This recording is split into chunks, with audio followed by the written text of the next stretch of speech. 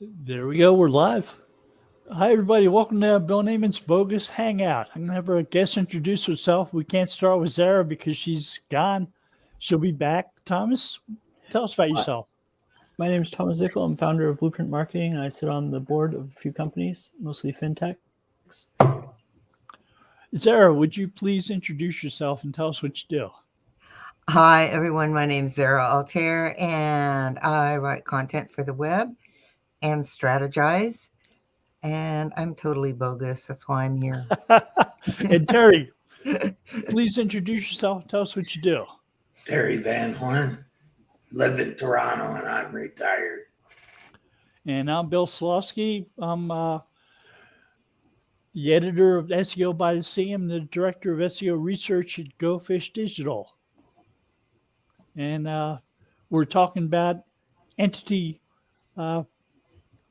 clustering in search results. I shared a patent with everybody before the show started, which was focused on that. If you do a search for something like who are the actors in the movie Casablanca, it'll list all the actors for you. It'll show pictures of them. It'll give you search results, give you news information, let you know what they're doing, let you know more about them. It's not just the old matching the words in your query to the words in documents that Google returns to you. Google's doing much more. And it's all focused on entities. And there's a big story in search engine land this week on why you should know entity search.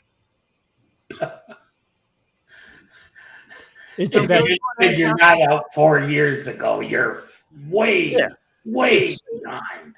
I figured it out 15 years ago. I was doing it in 2005. Why it's taken them till 2022, I'm not going to complain. I know their editors don't understand. Can you talk a little more about similarity, Bill? What do you want to know about similarity? Just explain it here for everybody who's watching. What are you basing on what are you basing your question on? On the entity clustering scores for similarity. So embedding space is represented by a trained embedding model. You share that out there for everyone, right? Yeah.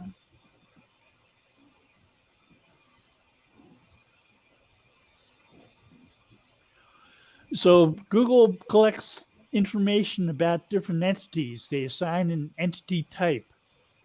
So if at one point I was an American entrepreneur, that was my entity type according to Freebase. Google changed my entity type to 2 weeks ago, I was a search technology. I don't consider myself a technology. Right. But they changed it to consultant from search technology, which is probably an improvement because at least I'm a person now.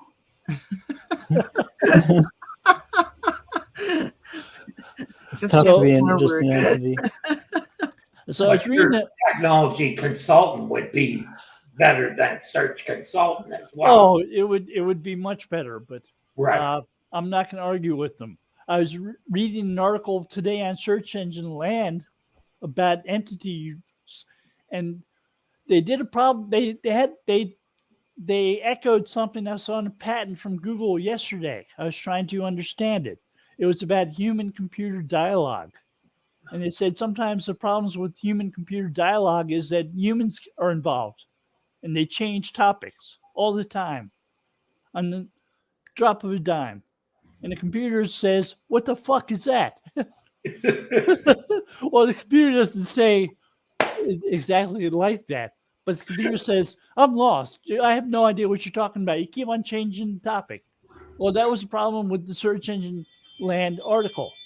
It kept on explaining entities, and then explaining Search Engine Land business. It's like, What the hell are you talking about? Keep on changing the subject. You can't explain something if you can't focus on it. Natural language So processing. it wasn't an explanation, is the bottom line.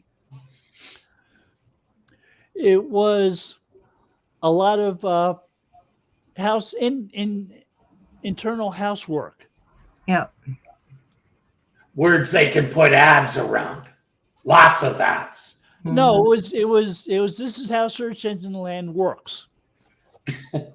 Which is a lot of words with a lot of ads. They didn't have any ads with any of those. Look, oh, really? No ads on a page. I No don't ads. believe I've ever seen that. Go to search engine land. Okay. Usually there's a huge banner right at the top for their local, for their latest Well, dropping up the How they make rip. their money. that search engine journal. They're big, and search engine roundtable, same deal. I'll have to go. I very seldom go there for the reasons you're just mentioning, to search engine land. Yeah. Like it has replaced in my book search engine journal.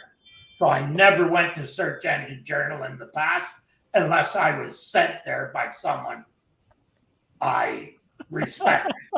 Now I will go there because the writing has improved considerably. Whereas now on search engine land, it's obvious why they hired Danny Goodwin, right? Like, because whoever was editing there before, let's just say I'm skeptical of how much they actually knew. Well, I got into a blow up with them last year because they had an article about something that they weren't doing, and they got it wrong. One of the first rules of SEO is they'll rank stuff on a page if they have the words from the query on that page.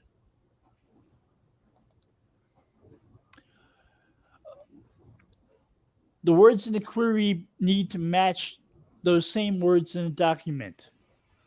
If they don't, the document's not going to rank, or it's not going to rank very highly.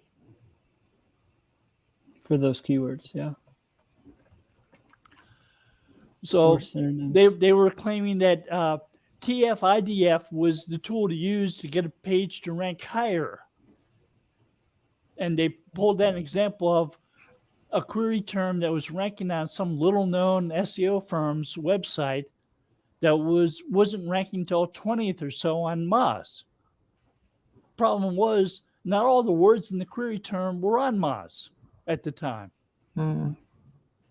So Moz was ranking at 20 for a query term, a query phrase where it didn't have all the words, which was pretty good. Not bad. But this is search engine land. With this, I said, that article doesn't even belong on your website. Get rid of it. They got rid of it. I wish they'd do that about all the articles they write about me. No, I'm just kidding. That was true years ago. That I'm joking. when they What's used that? anchor text found on other sites, you could see like Adobe ranked for click here for years, and that was nowhere on the page. Yeah. And the catch used to tell you that. It doesn't anymore. Oh, yeah, right. That's what I meant. Years ago, that was true, but they actually went out of their way to make it so that couldn't happen anymore, which was probably overdue because that just meant that anchor text had too big of a role in ranking. It probably did. Yeah. But yeah, that was the old click here Adobe plugin. The words click here didn't appear once on the page, but the page ranked number 1 for click here. For years, literally. For years, because of millions of links to it that had the anchor text click here. You know what's funny? And that was an image of the Adobe thing for the reader, which made it even more because they were using alt text. You know what's interesting? Cyrus posted something on Twitter about a dentist's office that has a tremendous amount of traffic named Dentist Near You. Near me. Near me, yeah. That was Sorry. the name. That was the actual name. It was. And they actually had it on a building, a picture. Yeah, with that the sign. Oh my gosh. This near me. It's awesome, in my opinion. I think it's great. And Google Well, does SEO though, because he didn't have to put it on the building. All he had to do was put it on the website, and they were good to go. You got to have a name. And Google does offer business name near me as query suggestions. And you click on those and you'll get to a business of that type near you.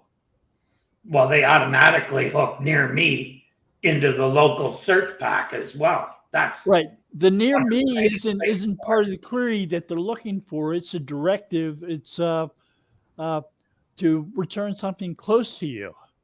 local results. Which is something Google automatically does anyway. Right. So it's a waste of time to even put the near me.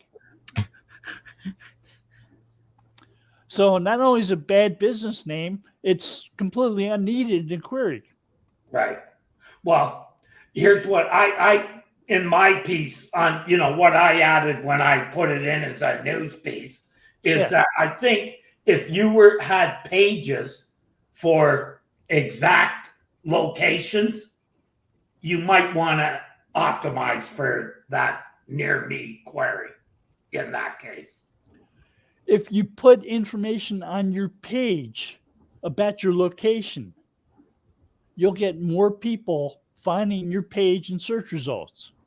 If you do things like do the schema geo coordinates, right, latitude and longitude. In regards to that, I was going to ask you if you used on the page, right, we're near you. Would they understand that as near me? I would think so through natural language processing. Google's understand your geolocation. Okay. They're filtering search results.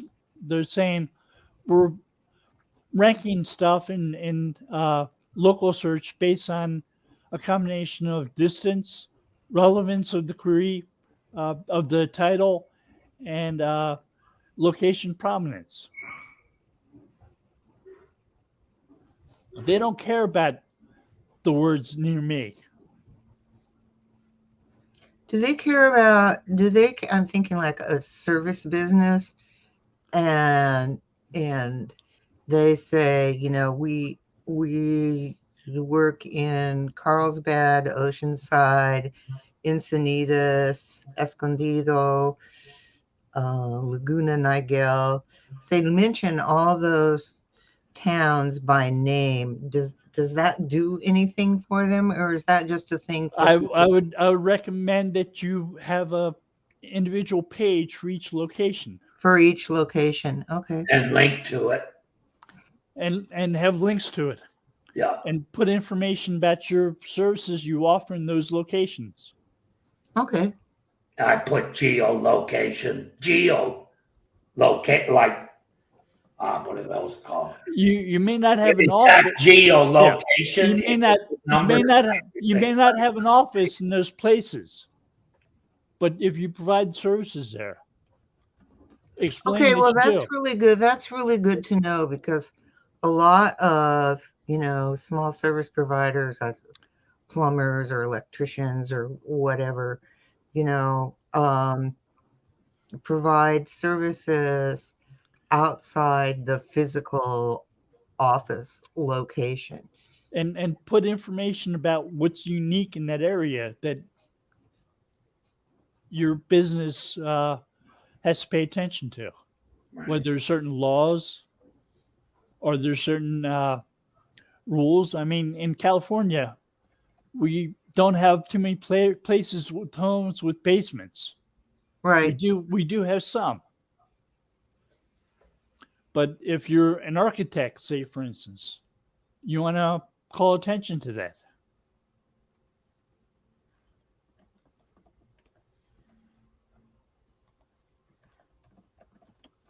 Okay, that's a really good suggestion, because I noticed that it was about a year ago. I was crawling all kinds of service businesses, and one of the things that they did was list, we work in this long string of cities, where they worked, but it was all just one thing, like usually someone. That's not how I would do it. If you're a plumber and you're working with communities that are near the ocean, yeah, you talk about working with PVC because plastic doesn't rust. It's true. And would you have that on the location page, say your Carlsbad page? I would have it as a separate article. I would have that in my Carlsbad page. Yeah, I kind of tend to not want to list stuff like that. List read really specific locations, yeah. Like a long list, 2 or 3 Like a long list, yeah. But a long list, I think Google, you're just mixing it up when you start doing that. I agree. You're making your site for your visitors. Right, not for Google. Not for Google. So don't care about whether Google likes that or not. Care about whether your visitors like that or not. Right. Yeah. Yeah. And a paragraph about each location Yeah. is better for the user, because then they kind of know what to expect there. I mean, I've worked with law offices where they've had to work with different counties with different laws. All right. And you had to explain what the difference was in each of those counties, and how the lawyer's going to represent you and where they're going to represent you, which courts, which locations of which courts. Can't put donkeys in bathtubs in some states. It's illegal. Like in some places, you don't have DUI. You have driving under the influence. DWI. You have driving while intoxicated. Yeah. Driving while intoxicated. Yep. So you can't have a broad general DUI page. Yeah, parts of the country people won't understand what you mean. So I was working at a lawyer's website, and we got subpoenas from the courts, and we looked at some of the terms on some of those and explained what they were on the website. This way people would come to the website to learn about what they've been receiving from the court. They'd find it on our page. They'd hire the attorney I was working for because he knew what was going on. Right. That's the purpose of a website, to demonstrate expertise. He retired early as a lawyer. Yeah. Because he got lots of traffic. For services, I believe that websites, your thing should be to show you can do the work. Demonstrate your expertise. Yeah. That's why for my SEO, I very seldom talked about SEO, more about how you build a website that'll work with SEO. Yeah, there you go. It doesn't hurt having your subject matter experts involved in building your site.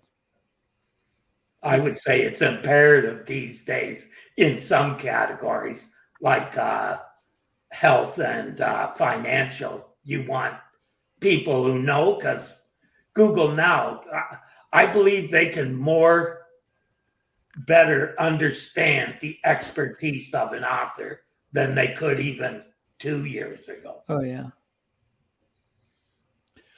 There's some topics that there are certain terms for that fit and don't fit. Have you heard of SenseNet from Berkeley University? I've heard of it. They have a project where they understand they talk to people and they collect information about different jargons from different industries. Yes. Wasn't And the there way- another name for that? SenseNet. That's what's called sense. It wasn't okay. I wrote down. They're frame sets. Yep. And so if you are a trucker or if you're an investment banker, you use certain jargon. If you're a cook, you talk about skillets and knives and stuff like that in a different way than a truck Yep. driver might. Absolutely. Makes complete sense. That's why when I was doing research on a website in the old days, Yeah. I always called the competitors to see what jargon they were using about their product. And I would go after those keywords if the jargon was different than my client. If your customers don't understand the jargon, it's maybe not a good idea to use a jargon. But sometimes you need to use a jargon to show that you are in that industry. Right. Or people may associate the Especially jargon on from B2B. that competitor with the product. So that's how they know it. So you have to appeal to that. Correct. And train them in get them to understand how your jargon for the product. A couple of years ago, I was reading a news article by somebody who's writing about criminal justice. And he talked about the criminal justice system. And he talked about a bunch of things. And he said, if you're not careful, you do something wrong, you'll end up in jail. And It's I'm true. reading it. I said, no, you go to jail after you've been arrested before you've been charged with something. Right. You go to prison after you've been charged with something. Or incarceration. After you've been convicted. Or incarceration. So no, he was wrong. And this guy doesn't know jack about criminal justice. Right. Was he an attorney? No, Oh, okay. he was like some type of paralegal or lawyer. something. Lawyers aren't You- author like you can be a lawyer, but not an attorney is an actual. If you work in the criminal justice system, you know what a jail is, and you know what a prison are, and you know what Yeah. the difference That's is. the difference. Yeah. Because you have customers in both. Well, hopefully you'll have them. Very loyal customers that they're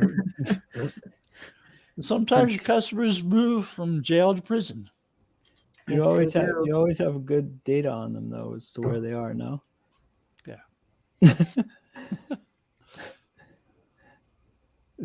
Yeah, that's so. The difference between a lawyer and an attorney, just so I know, is The is it- difference between the lawyer and attorney is a bunch of letters.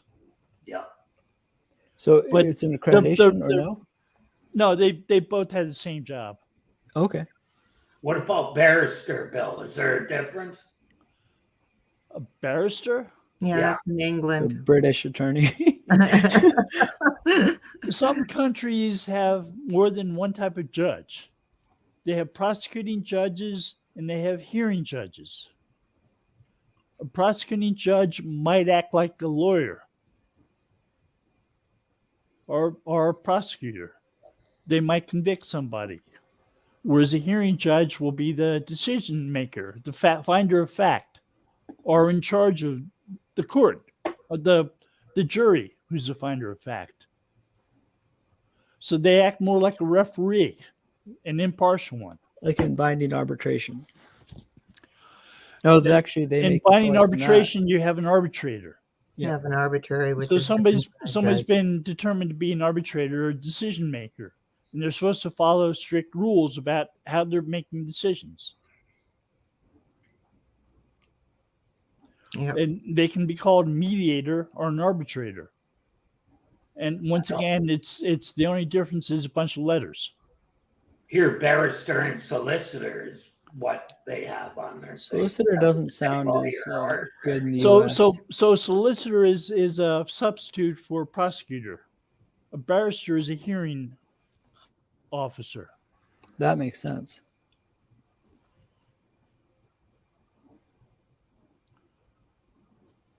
Solicitor is the prosecutor, and yeah. And in some countries like the U.S., you have solicitors who aren't judges. They're public hearing officers. They're usually from agencies like Division of Motor Vehicles. Makes complete sense. And again, they have a bunch of rules they're supposed to follow, and they're not supposed to violate. You could say that about all of them, really. The legal profession, especially. And some public hearing officers don't understand things like proof of service. Or ethics.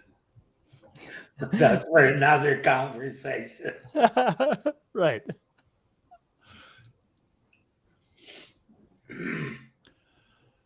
But so when I was doing SEO for an attorney, we had individual pages for all the different courts of the state, and would explain what the court did, and what role he had in working with the court. So if you were a potential client supposed to go to one of those courts, you could see how he might work with you. Or what his role would be in it. So And the judges from one of the courts contacted him and asked him to remove them from the picture from the court. And he instead wrote a disclaimer. He had me add the disclaimers to the page, saying the picture of the judge was not an indication that he was friends of the judges or that they were his employees.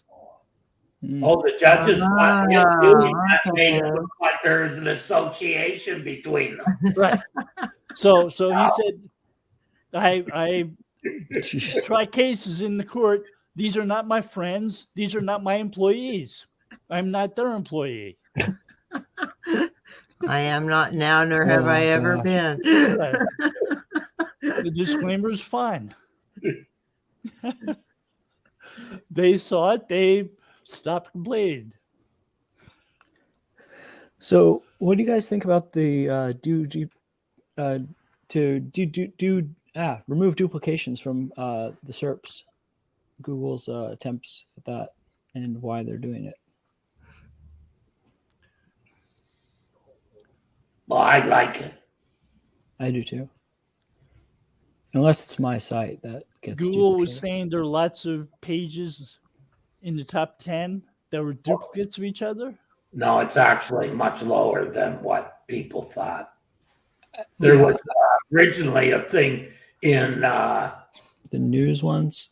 in Roundtable about Google deduplication of top stories in regular results. And then the first item in the news that I sent over today was about a study that found 67% had both in it. Well, like if it's news, like it should be duplicate in a way because the AP presents But it. top stories aren't necessarily news. Right, but like the Well, Russia and Ukraine that's the point. top stories. Yeah, you're right. Top stories aren't necessarily news, but like when it is news, if the news is all very very similar, I think they're gonna. You're right. It isn't top stories. I apologize. The way he framed it, I thought he was speaking about the news. So one of the changes that has come to news in search results is that Google's now clustering news and search results. Yeah. That's a recent ad. That's something they just started doing within the past month, which may mean you may see some similar stories, but they're not necessarily identical. Right. And they're not necessarily top stories either, right? Right. And they're never identical. Like if you look at what the Wall Street Journal, New York Times, the Post, whoever posts even if they're talking about the same thing, it's a different Right, writer. but if you're looking in Google News, there'll be a link that says "See all stories," Yep.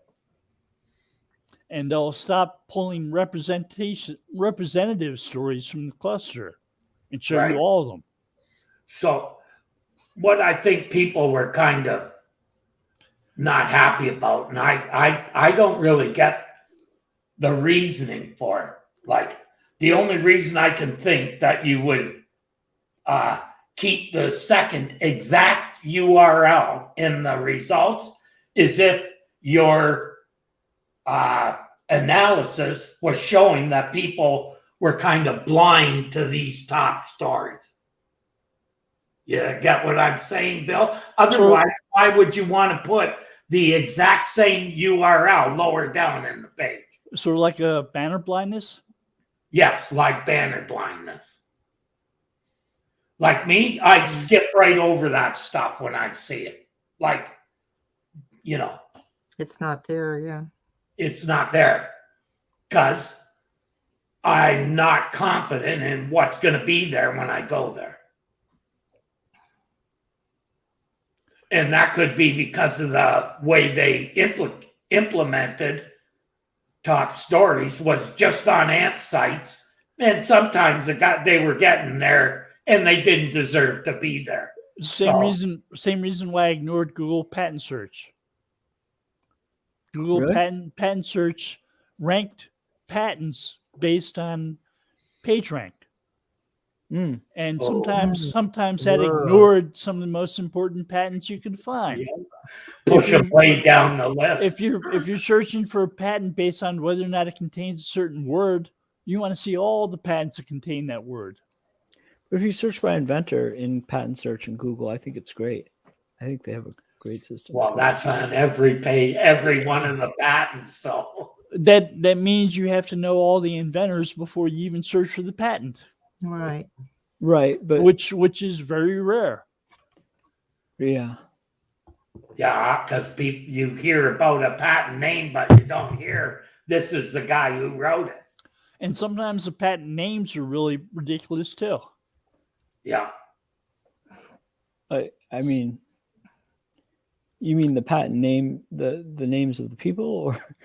No, The name of the patent. name of the Oh, patent. I'm so How sorry. they Yes, you're describe it, absolutely right. basically.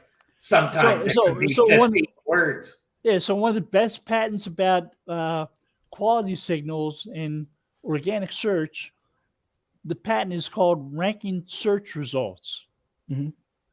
which would lead you to believe the patent's about search ranking factors. Right. It's not. It's about quality signals. Yeah. All it takes is half an hour or so of reading the patent to figure that out.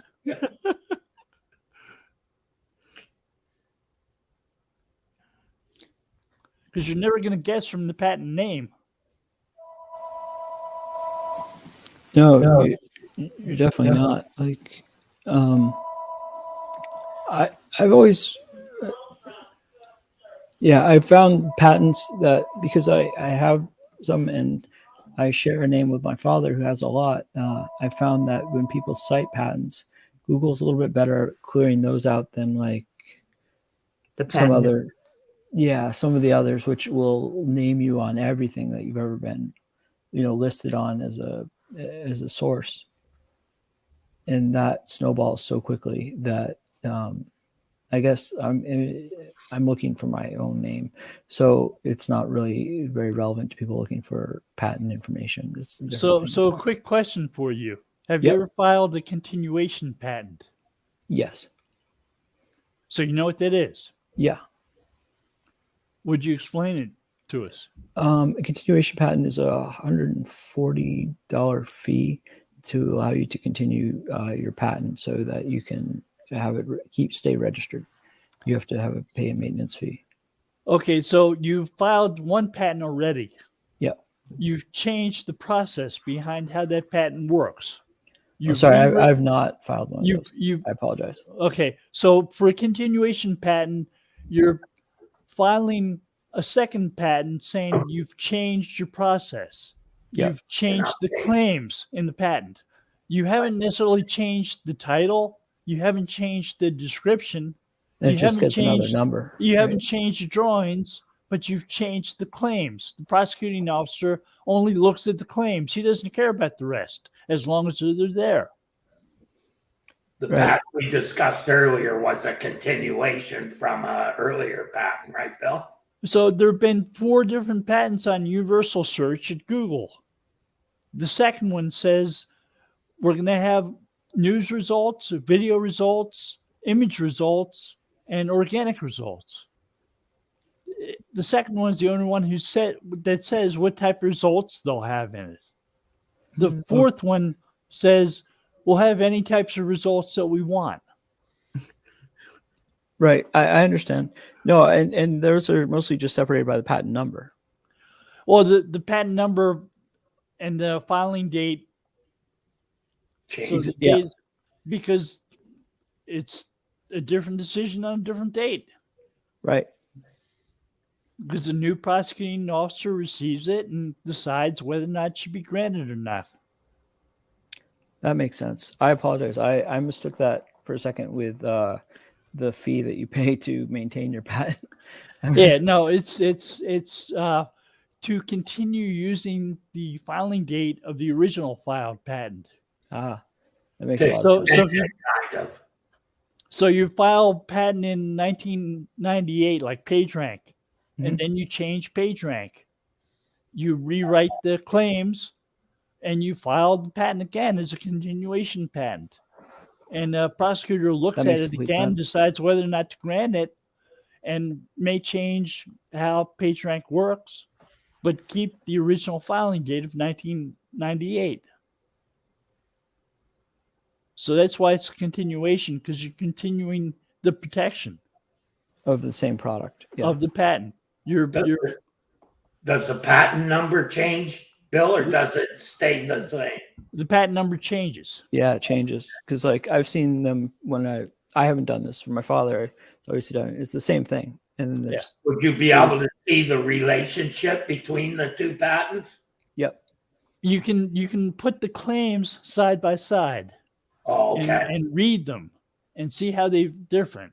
If Right. they've added new words, if they changed. There's one on anchor maps from Jeff Dean. His continuation patent said, in addition to looking at the anchor text in the link, we'll look at a window of words around the anchor text to see Right. what words are used in those, and maybe use those as part of the anchor text. That was a new addition to that patent.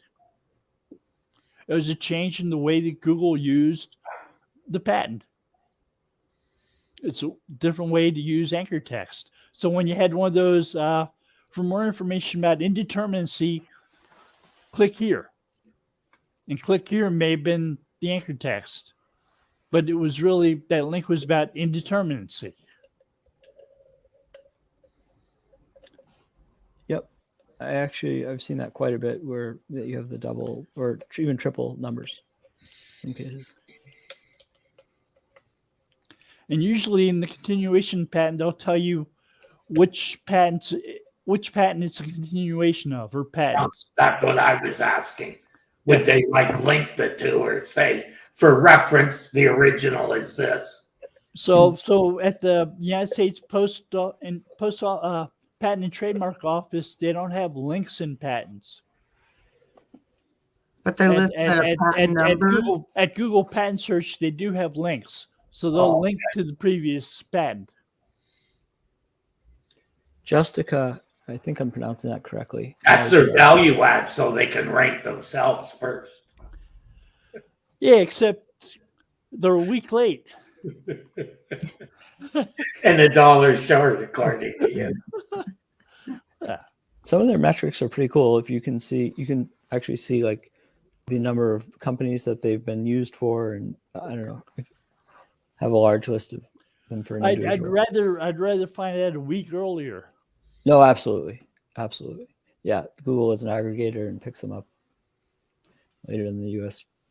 Patent Office for sure. You know what you're doing. Some of it you can pick up, like universal search. I had it figured out before they actually released the patent.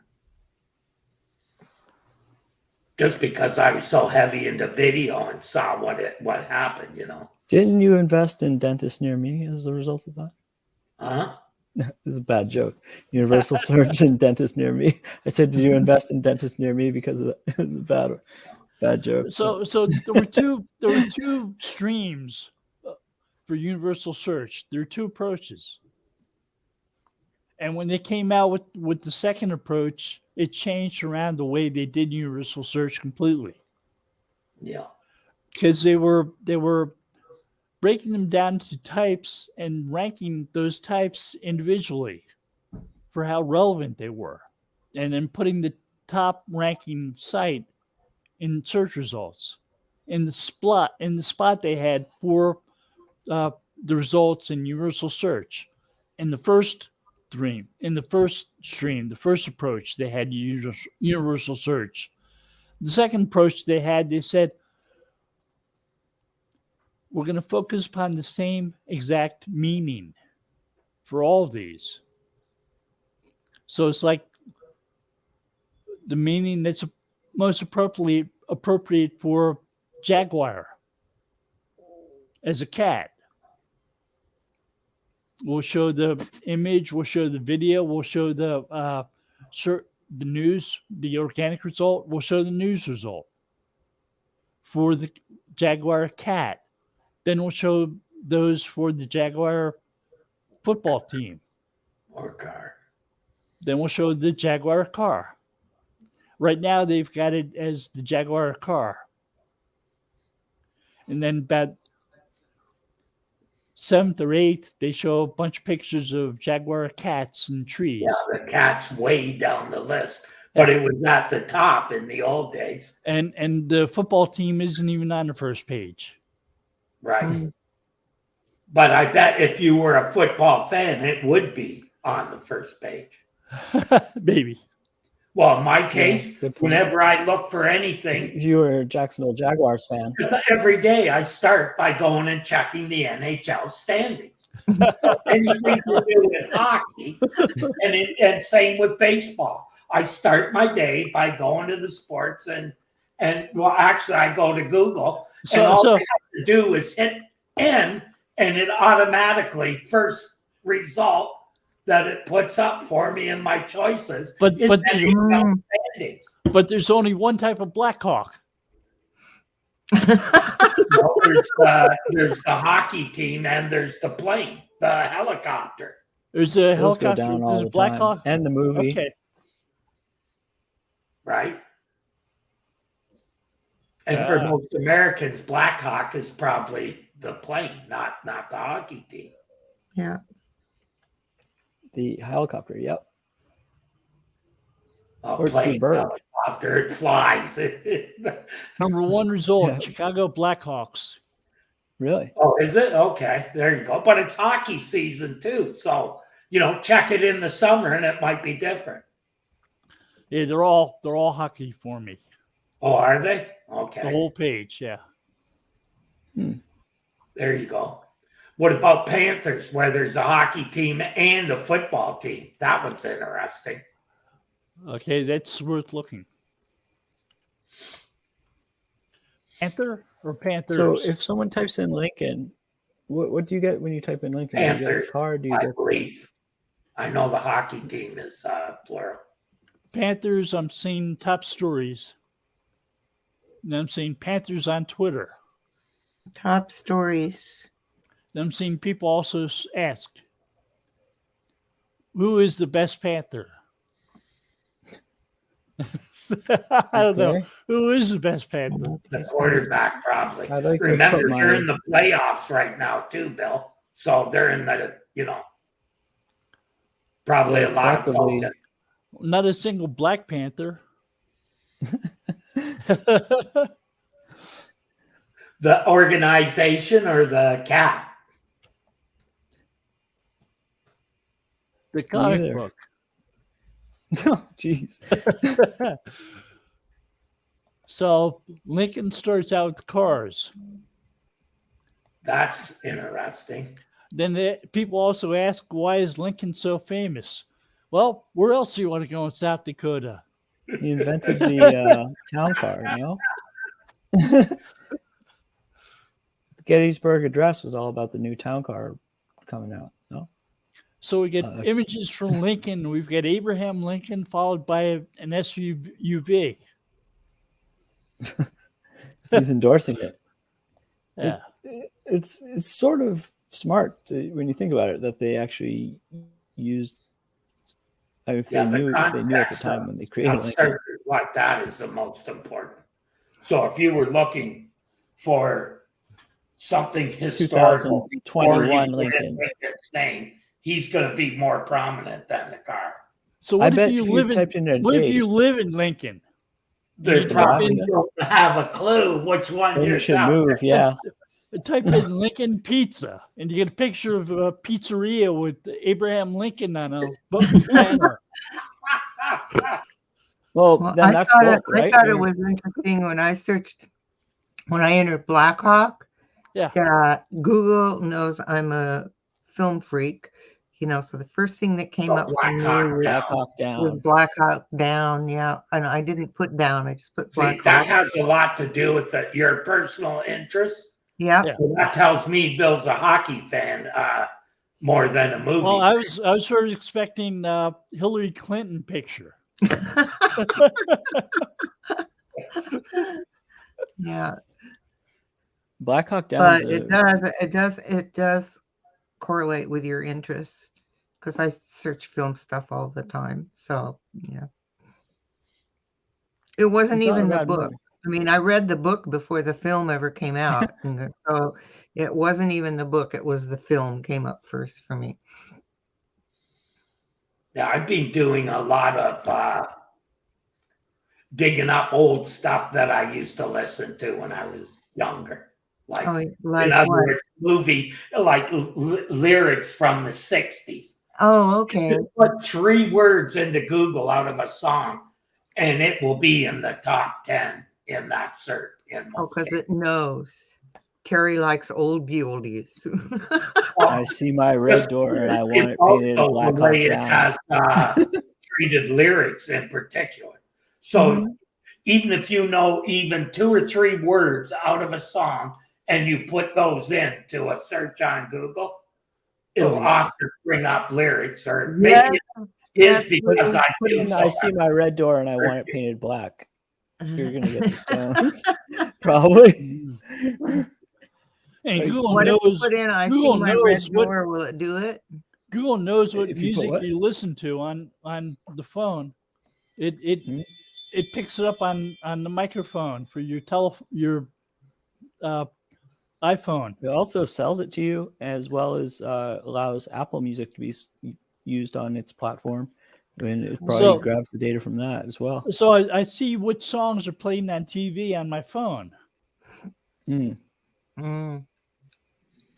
lot of people license songs for commercials. And then my phone picks up which song's playing in the background. You think about Shazam, how good it was and how much better Google Lens is or Google search on your phone is at detecting songs. It's amazing. Well, Google, I think, has really improved with what Terry was talking about, where it's, you may not remember the title of the song. I can name the tune in 3 notes. Words. You take the good, you take the bad, you take them both, and then you have what? Yeah, no, you put your left foot in, you put your left foot out. Charge so much for that on the iTunes store then.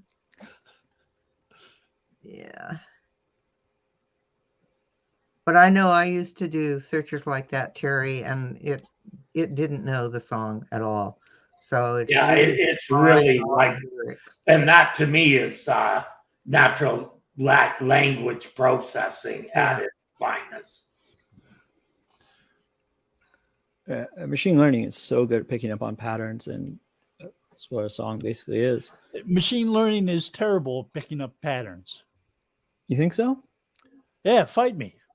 It's better at picking up 3-word groups and stuff like that. And that's why it can pick a lyric from just 3 words. Machine learning gets too confused too easily, Yeah. especially when it needs to deal with understand what you're humans. talking. Yeah, And no, it's- okay. Takes a But lot like of a song stimulation. has a repetitive. It's going to use something much different than an engram, but like an engram to figure out what's going over and over. That's not definitely machine learning, but You can put like 3 words that are only in the song in one place, and no problem for it. Yeah, It's just blowing me away because that It's lots of amazing. songs. That's all I can remember. Yeah, from me it. too. Henry VIII. Oh, I bet it wouldn't get Henry VIII. Oh yeah, it would. 3 I bet words. you it would get I'm Henry VIII. Yeah, it would Immediately, find number 1 result. the Yeah. king. And right? it's the band that played that song. Probably be number 2. Yeah. Yeah. Well, It's interesting that Google hasn't gotten more of it into the music industry. No money in it. There's a lot of money in it. Google's not the maker of money. Not for Google, really. Right. There's lots of money in it, but not for Google. You have companies that are producing lyrics, and they're hiding code in the punctuation of the lyrics to identify who's stealing their lyrics. Yeah. And then they're blaming Google for taking Posting lyrics from some company they licensed to buy those lyrics from, who's stolen the lyrics from the original company that hid the code in the pronunciation. In other words, Google didn't take it off the lyric site. It took it off from someone else who had it. Who Who's had the- copied, right? And so Like the a rap genius the type place? punctuation code says "caught you red-handed," except the people they caught were the people who stole remember. the lyrics from. Yeah. Well, And- I remember there was a site that was doing that because Google suddenly had a whole bunch of lyrics in the results as it got better at that sort of thing. And Rap they found genius. that they were stealing them when they weren't. Rap Genius was the site, right? It might have been that site. Rap Genius were the geniuses who held who hid the code in the punctuation, and the judge in the case said that's not copyrighted. Right.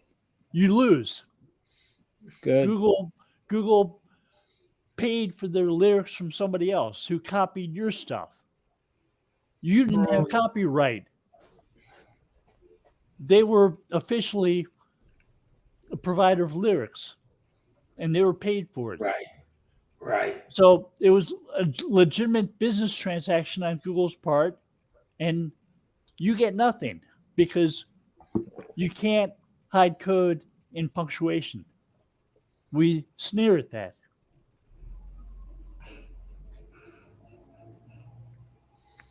If you don't want them to do that, then don't sell the Lyrics. information. Right.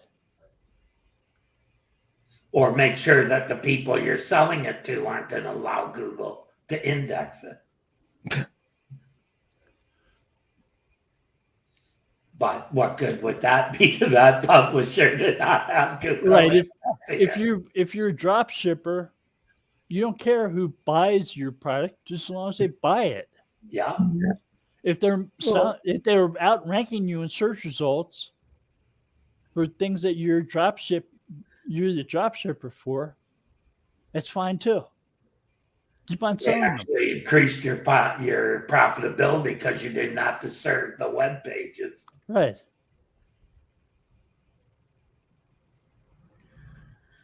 What did you think about the thing I found on Bing where John Moo admitted to buying a license for Screaming Frog?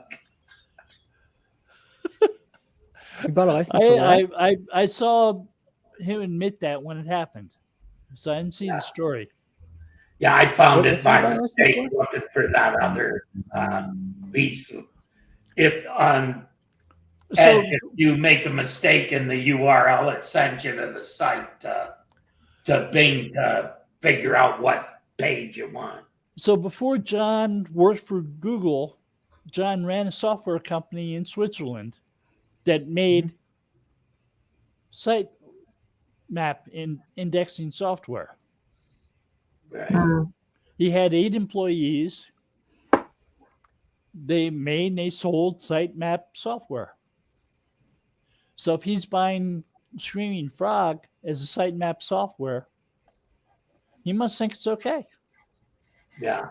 I thought he was getting a license so he could see the integration of GA and I think he gets a license so he can use it. Yeah, I did too. for me, My hat's there's off to no Dan better. Sharp. For me, that Screaming Frog, I wouldn't use any other program. They And Dan, listen. if you're watching, you owe me $5 for World Cup. Sorry. And Um, and if you make suggestions to Dan Sharp, they get put into Screaming Frog. Yeah. Yep. He's It brilliant. may take sometimes, but they get there. He made a huge jump when he made that tool go from being something that you could actually host for the same cost as, hosted crawlers that are extremely expensive. I mean, if you put the work in, you can host it. But if you look at the price difference, it's dramatic. Oh yeah. And do Millions is of pages. install it on your computer, your server, and you could use it on a Right. website. He also did a very good when he made the jump from keeping it in your RAM to keeping it when people started having solid state disks or NVMe and flash drives. Basically, keeping it on there, he realized it was just as quick almost, and that made a big difference to a lot of sites being able to be crawled. I still remember using Xenu Link Sleuth to crawl sites. I remember running virtualization so I could use that because it didn't work for Mac. I was like, I used Integrity. "Yep, integrity for Mac." I wrote my own crawler a long time ago, so that did most of what Screaming Frog did, but they did it a lot better than I did. I'd rather give them the $80 than write a crawler, but I wrote a crawler before Screaming Frog was even around. Oh no, I'm not. You had for me, I've used that method of site audits for literally years because I don't think a review of a site can be done any other way properly. I understand. One of my favorite ways to do site audits, honestly, is deep crawl or on crawl or even Botify. I like all of them, and Every one of them. I use them all. So I remember when Deep Crawl came. How I should be building a website. I remember when Deep Crawl came out. Yeah. And they had a website and they didn't have a price. Right. So you had to contact them to get a price. And they sent a PDF with the price. And I got serious sticker shock. I understand where you're coming from. Yeah. None of those crawlers. I wouldn't have even contacted them. I met them at a conference and I became friends with them, and they're great people. I like them. So I don't suffer from sticker shock. But that's. Well, I certainly couldn't I'm afford, with you, couldn't Terry. afford crawling sites on how much they were charging. But I mean, Go Fish must use them or something like them. I doubt it. Why? Well, they crawl so many large sites all the time. You have AWS. Just unimaginable. You have Screaming Frog on AWS. That's true. Yeah, you can run that. Yeah, But even so, you can do the site in pieces. I could do 100,000 URLs with the no pay by just asking for a particular piece of so big sites big sites give you site maps, XML site maps, Yep. where they break the site down to pieces. Yep. You can use the XML site map as a guideline to crawl sites. Of course. So you can limit how much you're crawling at a time. Absolutely. Yeah, you can do that on that place on Screaming Frog using the same sort of methods. Yeah. That was Right. my point. No, you can crawl millions of pages on Screaming Frog now that if you have it go to your hard disk and your hard disk has enough space. I mean, if you've got like 20, 30 gigs of data, you can do it. Yeah, I Yeah. can do that. But you can just do a cloud-based. Yeah, absolutely. AWS, Linode, any of those things. Yeah, but you wouldn't want to store that stuff on Amazon or AWS because Right. it would be hundreds of dollars a month. Right. You know, That's where like I said, I would do it in pieces, collect it, and then put it all together. And besides, you can't make a site map over 1,500 URLs anyhow. 20,000, I believe, right? Oh, is it 20,000? Okay, I think so. there you go. You have to make a sitemap index, but like, yeah, you're right. So like, I agree completely. Well, if you're Yoast, there's a sitemap index if you got 6 URLs. So, you know. It's true, but I think the whole idea about a sitemap index is that you go to, I think it's 20,000. It might be 1,000 actually. I don't know. It's either. Yeah, 1,000. I don't think it's 20,000 in You're right. It's got to be in a 1,000. I don't know. I haven't thought about that in a while, so I'll probably be something I research after we shut down. I believe I believe it is 1,000 because that's the best of my memory right now. But then you build on that and you just add 1, 2, 3, 4, 5, 6. It works. We're at the top of the hour. So, any of you going to do some entity optimization? Absolutely. Why, I've already been doing it, so. I mean, Okay. what you're describing there, I was already kind of doing already in my discovery. So Right.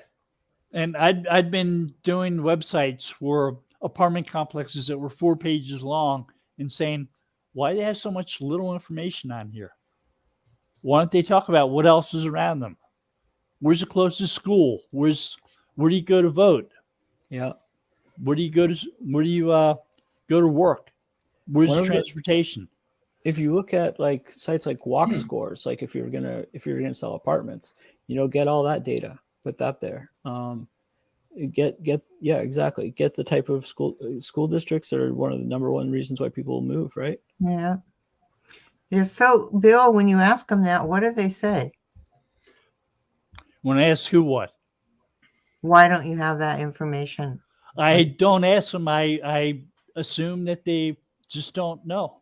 Oh, Also, flood. I know from realtors that location is one of the most important things about moving. The top 3, right? Location. I mean, one of the best things I've found, because I was looking at a location and through luck, the website had flood factor on there. It was a 9 out of 10 that was going to flood in the next, 50% chances to have 3 feet of water in the next year and a half. So it's a millennial. No, it's realtor.com. But like they have it way at the bottom, and Zillow and the other ones don't seem to have it. But it's a great tool. You can put your address or whatever address you're looking at, flood factor, or if you're selling apartments, like Bill's saying, you should add that type of data to it. Yeah, I'm high on the hill. I'm not worried about flood. Yeah, no, that's actual number. Yeah, but in an area like where I live, there are certain areas that flood and certain areas that don't flood, and they can be very close to each other. And so that is an important consideration, because you don't want to be rowing away from your house at flood time. And they're not the ones you'd think. Like I live on an island up here, and there's ocean all around me. I thought the ones closest to the ocean would be a factor. It's really not, believe it or not. It's It is in some cases, if you look at the 500-year models, but when you look at the other ones, it's just low-lying areas, marshy areas. Low-lying areas, yeah. Yeah, places I wouldn't have expected, to be honest, by just driving by them. Or right, floodfactor.com, not .org. Sorry, but and then FEMA has a decent amount of information, but Flood Factor really gets to the actual address. FEMA seems to have, it's harder to find it in my experience, and they're both free. It's 50,000 URLs in a sitemap, or So megabits Yeah. on compressed. So the 4-page apartment complex website, they mentioned you could catch the metro by going down to the basement in the elevator. They didn't say anything about the metro or where it went. Where it went. So You know you what have to station know it was, or- beforehand. And Go to and it just made 5 sense. minutes from downtown There type should be a Washington Metro map Yeah, on the website that could show Absolutely. people where they could go. Because if you've ever tried to drive a car in Washington, D.C., it's a loser's premise. Yeah. the Beltway is awesome. Yeah, it's terrible. Yeah. I couldn't agree more. I mean, the more data you give about, especially apartment, I mean, that's a big choice. It's where someone's going to live. They should have as much information as possible, and Google will reward. Right. So the apartment complex had a dog park built in. And that was At the important to show. complex? So they had been like 7 or 9, 10 pictures of the I've dog heard- park. I've heard of like dog-friendly first apartment complexes and stuff like that. It's really weird to me. Like, I get being dog-friendly, but not making that your reason for bringing people there. But if you're in Arlington and you're 2 blocks away from Pentagon City, which is the largest shopping mall underground in Virginia, you tell people Right. you're 2 blocks Yep. away from Pentagon City. Oh yeah. Every real estate listing I've ever seen that was worth its salt said if it was close to a downtown area, says how many minutes it is by car or walking to downtown or shopping district or whatever it is. That's Yeah. the highlight of that place. How to get to Metro? Get in the elevator, press basement. Yeah, that sounds like a That's good pretty place. amazing. Yeah. I mean, if you look at the way like Disney markets its hotels, or like even the Four Seasons, they will do a lot about how nice their hotels are and what their hotels offer, which they should, just like an apartment complex should. But they also spend a lot on what's around them, and like, if you look at that as a model and you think of Disney World as a town, that works. Like if those are attractions, a town's attraction, might be its downtown, might be a college, might be who knows what. There's so many little things you need to know to move into an apartment complex that you'd want to see on the website. Mhm. Absolutely. Where do you go to school? Where do you go to vote? Where do you go to mail something?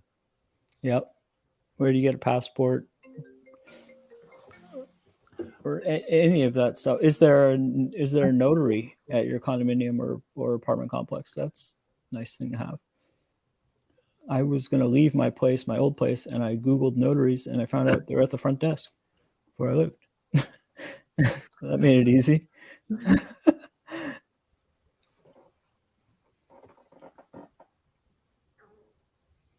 But great examples of what people need to do to rank locally and what they should be doing when they think of how to make a website better. So you can take the Smithsonian, you can take the Metro line to 39 different Smithsonian museums. That's that's one of the biggest benefits. You can take the Metro line to the Washington football team's games. You can take the Metro line to the Nationals games. Mhm. You'll be one of those people with 1,000 miles a year on their car, if they even have a car with that type of location, unless they have a commute. And then that's good to know too, because people moving to different areas, if you're not, even if you've been to the town before, you're not very familiar, you don't know how far away certain towns are. That's a good, always, I know people can type it into Google Maps and stuff, but have something right there for people to check out. See the distance to their commute. That's helpful. There's a potential commute if they're Yeah, searching and for whether job reasons. whether there's a direct commute. I know when my son lived in Virginia, there was no actual, other than a vehicle, your own car, but there was no actual direct commute, like from a train or, there was like three Transit. different. Public There transportation. wasn't a train, you had to drive 25 minutes to get to a train. So it was like there was no direct commute to Washington, D.C. Right. Google refers to that as transit. So you can do transit planning. Yeah, you can do transit on Google, and it'll show you how cumbersome it is. Google Maps for transit and Apple Maps for transit are pretty amazing. I was on a train and I wanted to know when I would arrive at the station. Pretty much, I Mhm. decided, and they were dramatically more accurate, and they showed the track going in crazy directions. I could have been there a lot sooner, but yeah, They'll show you trains, they'll show you taxis, they'll show you buses. They'll show Yep. you connecting between each of those. absolutely. And they actually show you, if you have to walk from one corner to another corner to make the connection. Yeah, how long? Walking, Good information to have if you're carrying a lot of luggage, or And Google Lens makes that very usable because you can arrive in the city, take a picture, know where the nearest transit is from that picture. and then Google will ask you to review that city later or wherever the closest store was. Mm-hmm. I like it though; it's smart. And we're One of the things that's nice now is it's much easier to get your signals in the canyons of big cities. I know this was probably 10, 11 years ago, and I was visiting a friend in San Francisco, and he said, just take the new, and then when you get to the door, do this. And so when I got to where his apartment building was, there was no signal. So I couldn't hey, Hugh, I'm here, let me in. It was like You have to know the buzzer number or whatever. you had to know the buzzer number. Finally, somebody came in and I said, hey, I'm visiting Hugh. Can you let me in the door? But what I've noticed is that it's much easier now to get signals in those city canyons than it used to be. Yeah, 5G broadband or wideband has just come out, and that's made a big difference. Even 4G seems to be much better connected these days. It depends on what network you're on, I guess, but they all seem pretty thorough now. Yeah. with Hey the guys, I'm top, gonna with the go. top of the hour, so Oh, we're it's going to call it almost a day live. and close. Thank you for joining us. Take Thanks, care, everyone. everyone. Bye now. Bye bye.